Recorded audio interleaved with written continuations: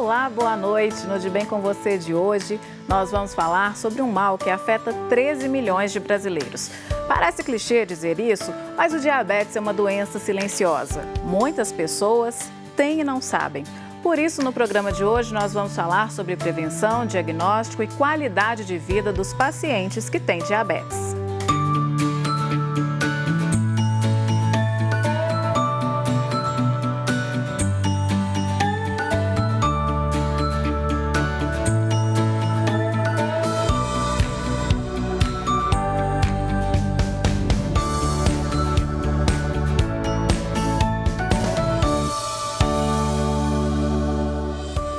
Receber o diagnóstico de diabetes não é fácil, porque de uma hora para outra o paciente se vê diante de uma mudança grande de hábitos.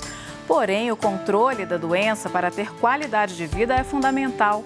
E no programa de hoje nós vamos saber mais sobre diabetes, fatores de risco, tratamentos, possíveis complicações e cuidados preventivos. Quem conversa conosco é a Patrícia Fulgêncio, diretora da Sociedade Brasileira de Endocrinologia e Metabologia da Regional Minas Gerais, e Bruno Naves, vice-presidente da Sociedade Brasileira de Angiologia e Cirurgia Vascular, angiologista e cirurgião vascular do Hospital Madre Teresa. Pessoal, muito obrigada pela presença de vocês. Boa noite. Boa noite. Vai ser uma conversa muito boa, pelo que eu imagino, assim, pelo que eu já conversei previamente com vocês. Patrícia, então, como que é essa questão do diabetes hoje no Brasil? Cada vez mais vai atacar os brasileiros? O diabetes ele tem se tornado uma doença de proporções epidêmicas. Isso tem acontecido principalmente porque o hábito de vida dos brasileiros ele tem mudado muito nos últimos anos. Então, o sedentarismo ele tem sido mais comum, talvez pela própria falta de tempo, de ir a uma academia, de fazer atividade física. A alimentação do brasileiro está cada dia pior, né? A gente come em maior quantidade, mas pior qualidade. Então, isso faz com que as pessoas ganhem peso. A obesidade, ela tem aumentado, a incidência de obesidade tem aumentado de forma alarmante também, e isso faz com que aumente ainda mais a incidência do diabetes. E doutor Bruno, embora seja angiologista, estava contando aqui entre aspas, a receita, né, do FOS, que todos os pacientes precisam ter, né? Aliás, não precisam ter. Deve evitar. Eu tenho essa sigla que é fumante obeso sedentário, né? Que é tudo que a gente não deve ser. Então, eu acho que eu sou diabético, bem controlado, e eu acho que o mais importante é informação. As pessoas têm que entender que com boa informação e com atitude a gente consegue lidar muito bem com esse problema. Eu costumo dizer que ou você cuida da saúde ou trata da doença. Exatamente. Mas doença não pede licença. Então, cuidar da saúde, simples assim. E é simples fazer esses cuidados para se evitar? Não é difícil. O ideal é que a pessoa ela tenha esses cuidados desde a infância. Então, o ideal seria prevenir ganho de peso desde a infância. E como que a gente faz isso? Com uma alimentação saudável. O que é uma alimentação saudável? Isso deve ser individualizado, as necessidades, elas são individuais, né? As necessidades de uma criança, elas são diferentes da necessidade de um adulto. Isso depende também da quantidade de exercício físico que o indivíduo faz por dia. Mas o ideal é que essa alimentação, ela seja equilibrada, né? Que a gente não precisa tirar nenhum grupo de alimento, nenhum macronutriente. A gente não precisa tirar completamente o carboidrato e nem deve fazer isso na infância, mas equilibrar, né? Ter uma alimentação equilibrada, evitar excesso de carboidrato simples, que seria o pão branco, o macarrão, o arroz, o excesso de doce, de açúcar mesmo. O que tem levado ao maior número de obesidade, o que tem aumentado mais o peso do brasileiro tem sido os líquidos açucarados. Né, o refrigerante, os sucos de caixinha, muitas vezes a gente acha que está fazendo uma vantagem enorme, né, tomando suco de caixinha, e na verdade a quantidade de açúcar que tem num suco de caixinha, ela é semelhante à quantidade de açúcar que tem num refrigerante comum, né, num refrigerante com açúcar. E isso faz com que aumente muito a quantidade de calorias ingeridas ao longo do dia. Então, se a gente preocupa com a qualidade da alimentação desde a infância, uma alimentação balanceada, rica em fibras, rica em proteínas, principalmente proteínas magras. Isso vai evitar o excesso de peso e isso é uma forma de prevenir diabetes. Uma outra forma é não ser sedentário, né, que seria a prática regular de atividade física.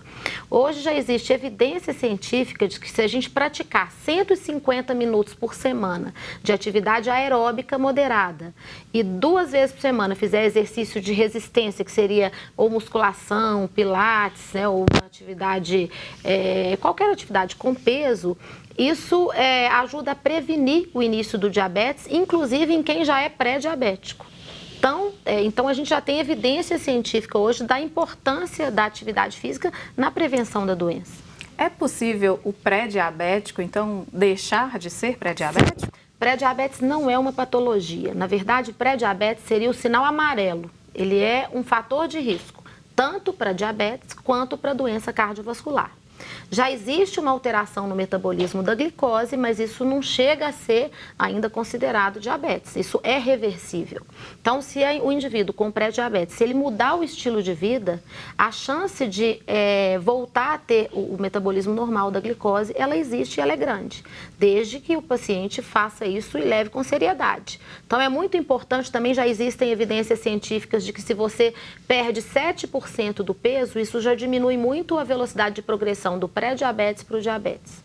Uma outra forma de reverter o pré-diabetes seria com atividade física, como eu falei, aqueles 150 minutos por semana de atividade aeróbica. Se a gente fosse, vamos traduzir isso, né, para o tempo normal nosso, que seria mais ou menos meia hora por dia, 5 vezes por semana, ou a gente pode fazer 45 minutos 3 vezes por semana. E 2 vezes por semana fazer uma atividade com peso, que pode ser uma localizada, uma musculação, ou até mesmo o pilates. Um funcional. Então, e é muito comum, quem leva a sério, então se o indivíduo chega no consultório, a gente dá esse diagnóstico, que não, apesar de não ser uma doença, já é um alerta, né, de uma possível doença nos próximos anos. Então, a gente tem experiência no consultório de que a pessoa que leva isso a sério, consegue perder peso, consegue sair do sedentarismo, começar a atividade física e leva isso a sério, eu já vi vários pacientes voltarem a ter o metabolismo da glicose normal sem uso de medicamento. Doutor Bruno, e no seu caso, as pessoas já chegam, acredito que na maioria das vezes, com as consequências do diabetes, né? Seus pacientes, esses pacientes diabéticos. Mas acontece o contrário? Às vezes a pessoa tem alguma questão circulatória, uma dormência, sem saber que tem diabetes, porque mais ou menos metade das pessoas que tem, não tem notícia, né? Não sabem que tem a doença. Antes de falar propriamente sobre os problemas vasculares, estava querendo pegar um gancho da Patrícia aqui, que ela falou da criança, né? Acho que é importante a gente começar a mostrar para os meninos que ficou muito fácil agora. Você tem controle remoto, telefone, então você não levanta mais para fazer nada. Você fica sentado o dia inteiro. Aí vai andar, pega elevador. Então, pequenas atitudes como subir escada, levantar para pegar alguma coisa, trocar, sabe, dia a dia, movimentando mais, também ajuda. Por exemplo, eu tenho mania de contar passos, né? No mínimo 8.000 passos por dia, o que eu acho ainda pouco. Minha meta é 10.000. Mas assim, as pessoas precisam aprender a subir 4, 5 lances de escada, coisa simples que ajuda, entendeu? Levantar para buscar uma água em vez de... E fica muito fácil, as pessoas estão andando muito pouco, estão muito sedentárias. Em relação a problema vascular, o diabético, por natureza da própria doença dele, tem mais tendência de ter aterosclerose, que é depósito de gordura nas artérias. E esse depósito vai obstruindo os vasos. E dependendo do local que obstrui, ele vai causar uma situação muito séria. Por exemplo, se for na artéria carótida, no pescoço, ele pode levar a um acidente vascular cerebral, derrame. Se for no coração, ao infarto. Mas na maioria das vezes que a gente vê no consultório, é aquele paciente que chega relatando que ele está andando e sente dor ao caminhar, dor na panturrilha. Fala, olha, doutor, eu estou andando, de repente dói a minha perna, eu não consigo mais andar, eu tenho que parar, esperar um pouquinho para depois retomar a caminhada. É porque não chega a quantidade necessária de sangue. Sem sangue não tem alimentação, não tem oxigênio, dói, aí ele para. Nesses casos é porque já está acontecendo uma obstrução importante. Então, na maioria das vezes, a gente recebe o paciente já com sintoma. Então, por isso que um programa como esse que a gente está fazendo de informação é muito importante. Lembrar, por exemplo, que o hábito de fumar tem que ser abolido do mundo, da vida de todo mundo. Acabou isso. Encerrou esse assunto. Tem que acabar essa situação, né? Lidar bem com o estresse é importante, o estresse também. E uma coisa que eu acho importante é um trabalho de autoconsciência, de autoestima. A gente precisa aprender. Patrícia falou, às vezes a gente não tem tempo. Tem tempo sim, não tem prioridade. Então é importante a gente ter aquele momento, falar, não, este agora é o meu momento do dia para eu cuidar da minha saúde, que é o que eu tenho de mais importante. A gente tem que ter isso. Então não existe falta de tempo, existe falta de prioridade. Então é muito importante a gente se gostar, se amar mesmo, de verdade, para poder falar, não, está na hora de eu cuidar da minha pessoa. Estabelecer isso. Então esse eu acho que talvez seja o grande lance, a gente poder... Hoje, né, Patrícia, o que é a missão do médico?